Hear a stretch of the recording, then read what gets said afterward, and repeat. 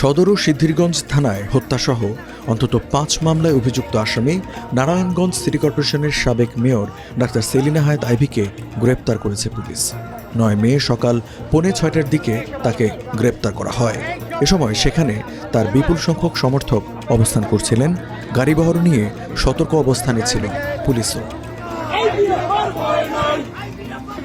এর আগে ৮ মে রাত ১১টার দিকে আইভীকে গ্রেপ্তারের জন্য নারায়ণগঞ্জ জেলা শহরের দেওভোগ এলাকায় তার নতুন বাড়িতে অভিযান চালায় পুলিশ।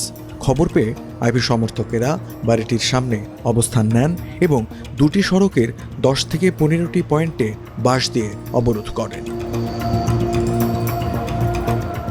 রাতে গ্রেপ্তার করতে গেলে সে সময় পুলিশের সঙ্গে যেতে রাজি হননি তিনি।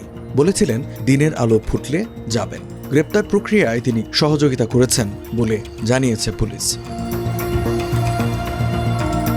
সেলিনা হায়াত আইভীকে গ্রেপ্তার করে নিয়ে যাওয়ার সময় নারায়ণগঞ্জ শহরের বিবি রোডের কালীর বাজার মোড়ে তাকে বহনকারী গাড়ির ওপর হামলা হয়। সকাল ৬:৩০টার দিকে র্যাব ও পুলিশের গাড়ি লক্ষ্য করে ইটপাটকেল নিক্ষেপ ও ককটেল বিস্ফোরণ করা হয়। এতে পুলিশের ২ সদস্য সহ আহত হয়েছেন অন্তত ৫ জন। প্রত্যক্ষদর্শী সূত্রে জানা যায় ৯ মে সকালে সেলিনা হায়াত আইভীকে গ্রেপ্তারের পর তাকে নিয়ে র্যাব ও পুলিশের ১৫টি গাড়ি ডিবি কার্যালয়ের দিকে রওনা হয়। এ সময় ৩০ থেকে ৪০ জনের একটি দল হামলা চালায়। তারা ইটপাটকেল নিক্ষেপ করে। এক পর্যায়ে একটি ককটেল বিস্ফোরণ হয়। এ সময় ধাওয়া দিলে পালিয়ে যান সেলিনা হায়াত আইভীর সমর্থকরা।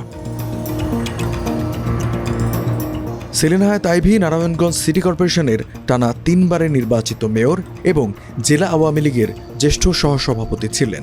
গ্রেপ্তারের বিষয়টি নিশ্চিত করে অতিরিক্ত পুলিশ সুপার তারেক আল মেহেদী গণমাধ্যমকে জানান, আইভী জুলাই অভ্যুত্থানে সংঘটিত হত্যাকাণ্ড ও হামলার ঘটনায় একাধিক থানায় দায়ের করা অন্তত ৫টি মামলার আসামি। এসব মামলায় তাকে গ্রেপ্তার দেখানো হবে।